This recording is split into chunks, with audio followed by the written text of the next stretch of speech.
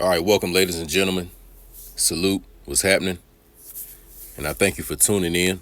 And I just want to give a shout out to all the people that are supporting the videos and leaving comments and maybe sharing them. I see it. So in this video, let's just evaluate some information as it pertains to your own spiritual development and making sure you don't compromise yourself for some type of a temporary gratification. All right. So this video is going to be about making sure we're not selling ourselves short and we're not selling ourselves out and we're not giving up the most precious, valuable thing that we have, which is our time, our attention, our soul power, that we're not giving that to the wrong thing. Okay. So this video is just going to be more for you to do some introspective work and just analyze yourself and make sure that you are on point. So you're going in the right direction that you want to go and that you're not serving anything that's probably evil at the end of the day. All right. You know, it's very, very evil to sacrifice your long-term security for a temporary comfort or a temporary security. You know, it's a very, very dangerous thing. And a lot of the times when you see people make those types of choices, they may not understand that long-term security or that long-term valuable asset that they have, that they are using as collateral to get that temporary comfort. They don't really know what it is. For an example, you know, let's take the Old Testament, because I like to use a lot of the biblical stories as metaphors to real life. Okay. So one of the Old Testament stories talks about Jacob and Esau, which are two brothers, basically. And the way that the Israelite heritage worked, the older brother gets the inheritance from the father. Okay. So even if it's multiple brothers, the elder is going to get the inheritance directly from the father, right? So just based on the Israelite tradition, this is what was, you know, on schedule to happen. But the older brother Esau, he was very carnal. He was very caught up and he was very grounded to the material world. In the way that it's described in the Bible, it describes him as being a hunter, a mighty hunter. So a lot of the times in scripture, when you read about these kings or these powerful men, these mighty men being hunters, this is a man who can subdue the physical earth. And he's a materialist. He's an empiricist. Everything is about the here and the now for that man. So that's just one of the analogies that it uses. But anyway, it describes Esau as that. And while Esau was out doing some work, he became very, very hungry, meaning that his material or his physical comfort was being challenged. And his brother Jacob was, you know, making some soup. And long story short, he traded his birthright, which was something non-physical, something that was long-term security. He traded his birthright for a bowl of soup. And that bowl of soup, what it was going to do is quench that temporary hunger or pain that his stomach had. Now, Jacob, understanding the value of the birthright, you know, he was quick to, you know, present this opportunity, and he was quick to do it. And he even went so far as to, you know, disguise himself so he could get the full blessing from the father. And after Esau found out what he had really traded off, which was that, you know, it was too late by then, he couldn't get it back. And he had this buyer's remorse and this feud now with his brother. Okay.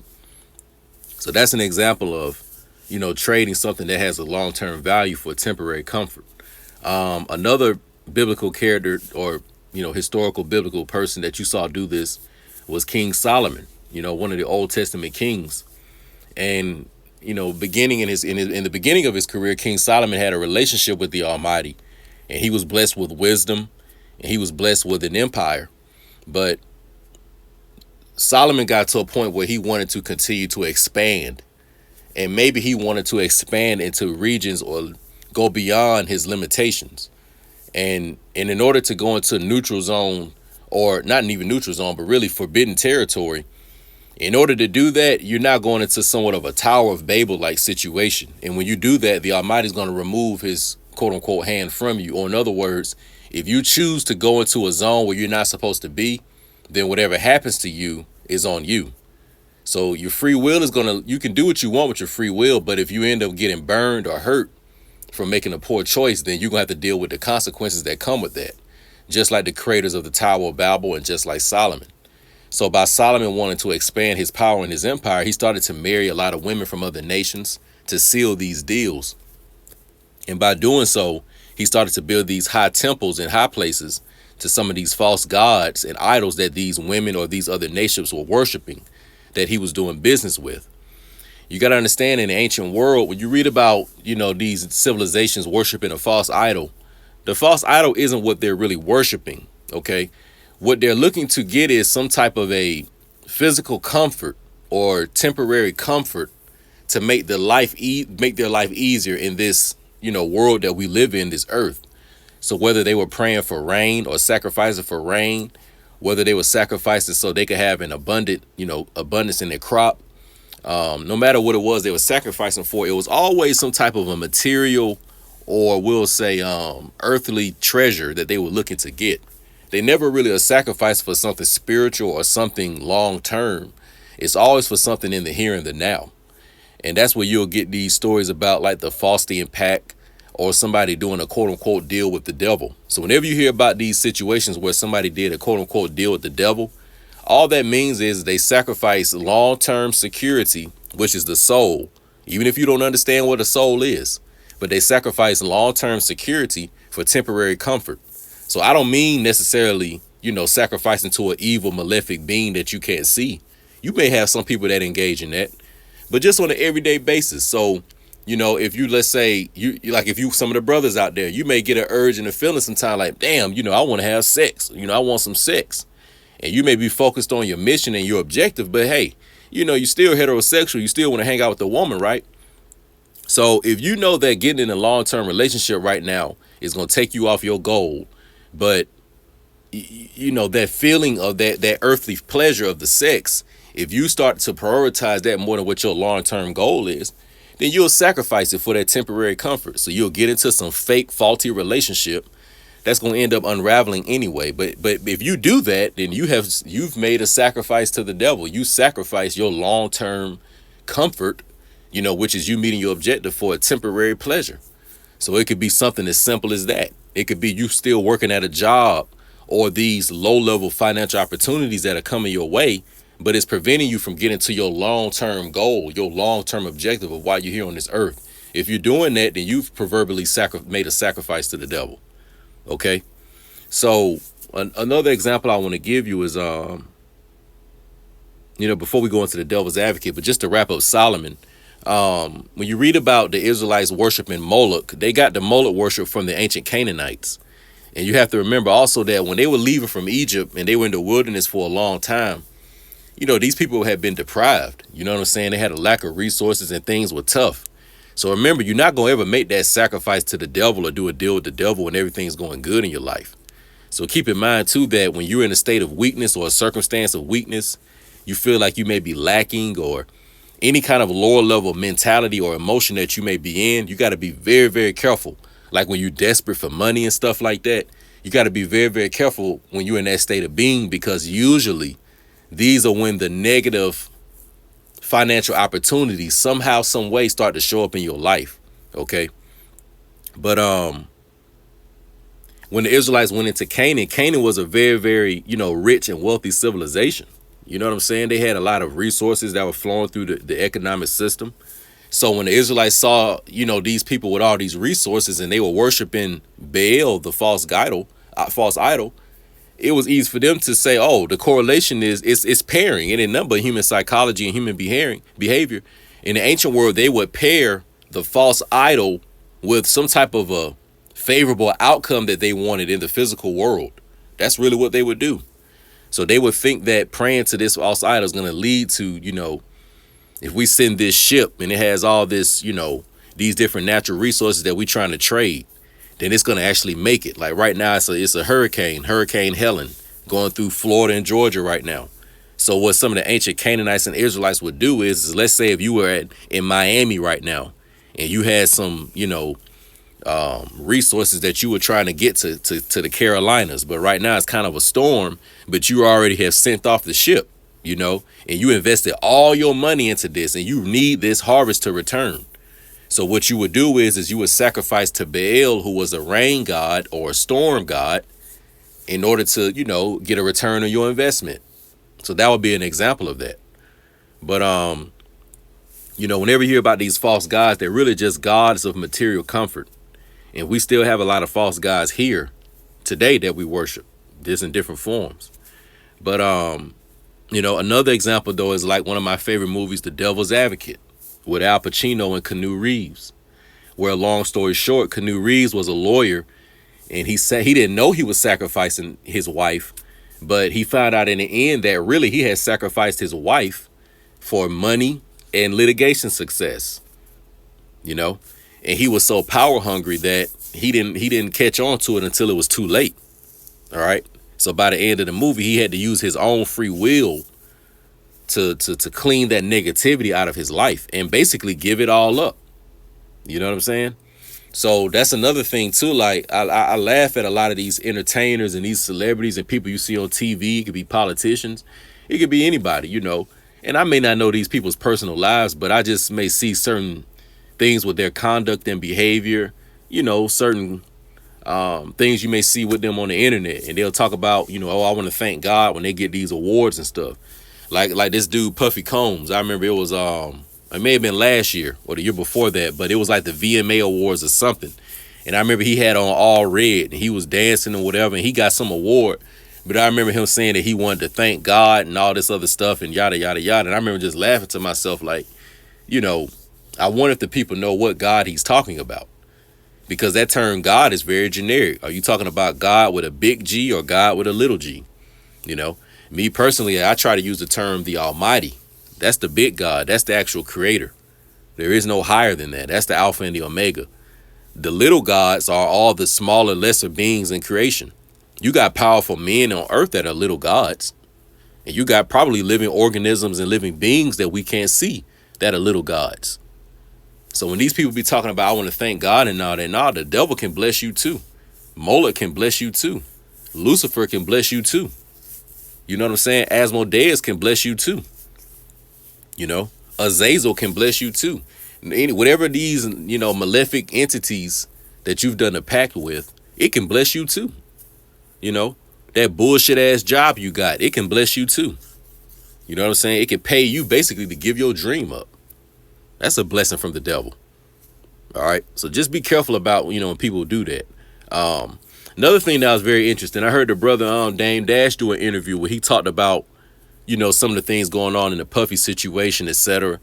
And he said something very interesting. He said, man, it seems very weird how, and he mentioned Harvey Weinstein, he mentioned Puffy Combs and a couple other people, but he says it's very interesting how it seems like these guys get a 30-year run where, you know, they start their career out, they may have a couple of hiccups, but for some reason it seems like they don't never go down. And then they get more and more wealth and they'll get amass more riches. And then at about that 30-year run mark, it seems like the empire comes crumbling down. You know what I'm saying? So, you know, and it could be the Caucasian and the melanated American entertainers or celebrities. But we do see that. You see, it seems almost like they go through like a mythology or a movie where in the beginning, you know, they got all these blessings and all these rewards and all this attention and all this fame and power, all of the women, you know what I'm saying? Like all of the notoriety, all of the luxuries, you know, all of the gluttony, all of the everything you can think of, right? And it seems like they can do no wrong. Like they do evil or they do bad things and there is never no consequence, you know, and you're trying to figure out, damn, what's up with that? But, you know, you look at other situations, or you may even look at yourself. If you do something, you immediately get in trouble, you know, and you may have wondered about that. Like, why is that the case? Well, the reason why is because of these proverbial, you know, Faustian pacts that these people do. Whether you deliberately and intentionally are doing some kind of a quote unquote deal with the devil through some ritualistic, you know, session you have or whatever. Or it could just be a person who hasn't done that, but maybe just deep within their mind and deep within their emotions, they're very carnal and materialistic, and they're selfish, and they're willing to basically sell out anybody to get what it is they need. So they may not be a bad person, whereas they believe in the devil and they're going to do a human sacrifice. They may not do that, but let's just say that they're extremely selfish and they're willing to put people on the crossroads, you know what I'm saying, or really on the railroad tracks, just so they could get what they want. So you got a lot of these men out here who got families, and they know that, you know, having to be a protector and a provider for a family, that takes a lot of sacrifice. It takes resources. It takes your availability, etc. Right? And a lot of these males or these men, they'll say, well, you know, in order to make my life easier, if I just kind of cut off from my family, cut off from my children, don't really talk to them no more, don't make myself available, then the resources I have, I can just keep to myself. That's another example of it. That's another example of it. So understand that when you do these deals with the devil, that in the end, you're never gonna have that satisfaction. Like you're gonna be just like how Esau was when you found out that now there is no blessing for you, because when Esau went to his father Isaac, after he found out that he had traded away the inheritance and the blessing, his father said, "I don't have nothing for you." And then that hurt, that now showed Esau exactly what he had done. No different than Judas when he had betrayed Yeshua. And in the end, when he found out what he really did, he tried to give back the couple of shekels that he was given to betray him. But it didn't matter at that point. It didn't matter at that point. So when you do these deals, what's going to happen is that in the end, you're not going to have that satisfaction. And we're going to talk a little bit deeper about what that satisfaction really is. All right. But the gentleman that you see on the screen right now is a man by the name of Justin Johnson from Memphis, Tennessee. And he has just been found guilty for the killing of Young Dolph, one of the rappers out of Tennessee. That happened a couple of years ago. So Justin Johnson, who looks like he's a young man and is probably his early to mid 20s. But, it looks like, according to the information, him and a couple of other guys, were made aware that there was a hit on Young Dolph's life, for X amount of money. And Justin Johnson allegedly was supposed to get $40,000 out of the deal.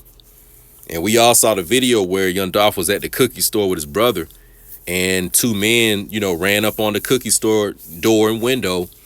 One of them had a Draco, and one of them had a handgun, and they basically shot it up. And Young Dolph was hit, and later on he lost his life. But what ended up happening is that there were two guys. So it was Justin Johnson and then the other guy who was with him that shot Young Dolph. The other guy testified against him. So he became a prosecutor's witness against Justin Johnson, his own accomplice. So he gave them all the information on the vehicle they used, how they did it, what happened afterwards, etc. basically. And was the star witness against his own partner, right? And, by the end of it, of course, he's found guilty. And, more than likely, this man's going to get life in prison, who's still very, very young, right? But in the meantime, after they did the killing with Young Dolph, it came out that Justin Johnson received some money, and he took the money. He was balling out. He did a lot of rap videos. I'm sure he probably went and bought some, clothes and shoes, drugs, was tricking off with the women and stuff like that, or whatever else he was doing, right? But when I talk about like how the devil can bless you, this is an example of that, See, when Justin Johnson did the hit and he was told he was going to get the money, he got the money. And he went and did what it was he wanted to do, right? But the only problem is that if you think that you're going to be able to outshake the devil or outshake, the federal government or the state police and stuff like that when you out here doing certain crimes, it's only a matter of time before they come collect. You see, there is no statute of limitations when it comes to certain stuff with Satan. And he will collect, So that's another thing, too, that I don't like. I don't like how when people do a deal with the devil, and the devil gives you what you want. So Justin Johnson, he gave you the $40,000. He gave you the women. He gave you the lean, whatever it was that you wanted, right? And you know what I'm saying? He gave you what you wanted. But now when it's time for the devil to collect, which is that 30, 40, 50-year sentence, or that life sentence that you're going to have to do in the state of Tennessee, now that the devil is coming to collect, you got your head back looking like you looking on the screen, looking like you don't know, like that you didn't know this is what it was going to come with or something like that. No, this is what it is. And this is why we talk about the path of no sorrow added. You see, when you take the path of no sorrow added, you'll get the blessing, but the blessing more so comes from your hard work. There isn't something given to you just because you made this, you know what I'm saying, really lower level sacrifice. It don't work like that, If you want anything of a reward in this life, man, and you don't want no sorrow added to it, then you're going to feel the pain and the hurt by going through the full process. You know what I'm saying? And that's just what it is. And that's how you know it's real in the end. And when you get your blessing or you get your reward, you don't got to be looking over your shoulder and, worry about the devil coming to collect or worrying about the police gonna catch you at some point. See, when Justin Johnson did the hit, it wasn't like bruh could just chill. It wasn't like he can get on social media and really talk his stuff and like, hey, y'all, I just got the new record deal and like really put it on Front Street like that. Like, bruh had to do a lot of, ducking and dodging, putting out surreptitious tweets and posts, and because you want the credit for doing the Dolph hit. So it was like a lot of sorrow added to it. And that's the face that you see him with. That's the face of sorrow added. So it's like, yeah, the devil gave you the blessing, but the sorrow is going to be added to it. So, when you look at it, man, a lot of this stuff be just going back to the money and the resources and the power, right? So what really is this money thing? Like, the truth is that money is only a means to an end. Money is only a means to an end, right? So let's take somebody who's very hungry, okay? Let's say you're very hungry, right? And you got $20. Well, you go to the store and get some food. You pay them the $20, they give you the food. You eat the food.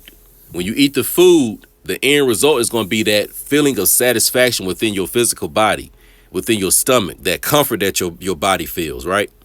So really, the money isn't really what you wanted. What you really wanted was that end result or that satisfaction or that comfort that you felt deep within your being, right? AKA your physical stomach, right? Well, that's how money works with anything that we deal with in our life. You know what I'm saying? It's not really the money that we want. It's what the money can buy us. And whenever we get what the money can buy us after we use it, it gives us some form of satisfaction within our being. And when I say within our being, I mean within either our mind, our heart, our spirit, our soul, but it's something inside of our body that gets it. So you got to understand that the money is really only a utility or a means to an end. And the end is that internal spiritual satisfaction or that internal, gift from one's own work. All right. Now, we see this, in Genesis, okay, because in Genesis 1, verse 31, it says, God saw all that he had made, and it was very good. And there was evening, and there was morning the sixth day. So clearly, after the Almighty created, there was a moment where the Almighty sat back and watched and looked at his creation. And it said that God saw all that he had made, and it was very good. So when the Almighty, gazed upon his creation, deep within the Almighty, it was a satisfaction of this is good. You know how I feel? Like, I remember when I was young, when I would cut the grass or something like that, I would literally just stand in the street and look at the full yard and just that satisfaction of like, this is good.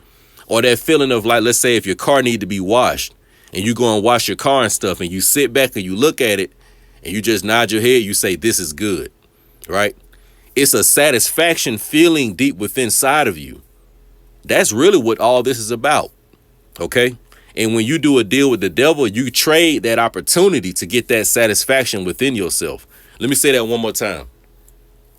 When you do a deal with the devil, you trade the opportunity to get that satisfactory feeling inside of you. See, obviously, or at least to me, the Almighty wants us to experience the same thing that it experienced during creation, where it says God saw all that he had made, and it was very good. So when we create things in our life or the things that we're working on doing, whatever our goals are, when you reach your ultimate goal, there's going to be a point where you're going to sit back and look at it and you're going to say, this is good. That's what this whole life journey is about. Let's take old Blackbeard, for example. One day in the future, I'm going to be an elderly man and I'm going to have some big mansion estate and I'm going to be sitting on the porch. And in the backyard, it may be a family reunion or some type of gathering or something like that. You know what I'm saying? My old lady is there. My children, maybe even some of my grandchildren, right? And, maybe in my house behind me, I may have a picture of all the elders that had passed before me. You know what I'm saying? My grandparents, my great-grandparents, etc., right? And in that moment, I won't be talking to anybody. I'll be sitting there very quiet. And I'll be looking at my legacy. I'll be looking at everything that I worked for. I'll be looking at all the material stuff I have and who I'm going to leave it to. And I'm going to feel very, very proud of my life work. And there's going to be a satisfaction inside of me that's going to say, and Blackbeard saw all that he had made, and it was very good. You see what I'm saying? So we all have to give ourselves the opportunity to have that experience, because I believe the Almighty wants us to have that, whether you're a man or a woman. You know what I'm saying? So this is what it's all about, y'all. But if you pull the Justin Johnson and you sell your soul to the devil for a measly 40,000, then hey, you know, we know we know where that's gonna end, you know. But yeah, man, it's really messed up that the brother Young Dolph, you know, that he was taken out like that, you know, over that situation. And because he was, you know, I'm sure he was a big figure to a lot of people in his community and folks in that man's private life. He was a provider and a protector. And one thing about it, man, is like, you know, when you take real men out of the picture, a lot of people suffer, man. A lot of people suffer. But, you know, just some stuff for you to think about, man, and understand that this life game is very serious. Your soul energy, your attention, your time is the most precious, valuable thing you have. And you never sell it for temporary gratification. All right. So y'all stay tuned. We out.